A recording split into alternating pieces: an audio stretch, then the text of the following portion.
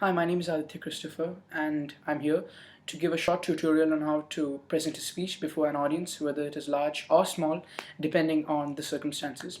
A speech usually begins with a quote that is spoken, that has been or was spoken by a well-known person, or it can be taken from a book, such as a religious book with proverbs or sayings, as it depends on the topic that you're given.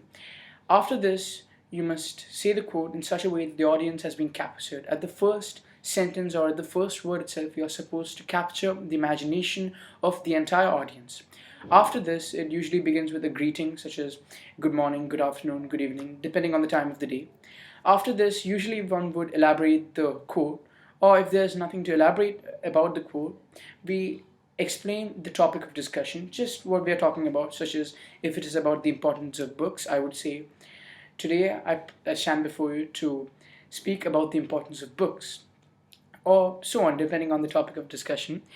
After this, you would just give an elaborate introduction to what the topic is. For example, if it's about books, as I earlier said, you can speak about how books have shaped the world, how they hold stories as well as facts, as well as different ideas that have been spread on from different countries, from different continents, from different people, from individuals, or from societies. It can go on in multiple ways. After this, you get to the main background of whatever the topic is that you are about to speak on. You can present your own views about how you feel about the topic. You can just refer to other books before you prepare the speech and speak about facts, something that the audience can agree upon, something that generally the people would agree upon. Or you can, as I said before, present your own views. Now, one thing is crucial to this. You should not just speak about your own views, but rather take in arguments and views from different people, depending on the topic.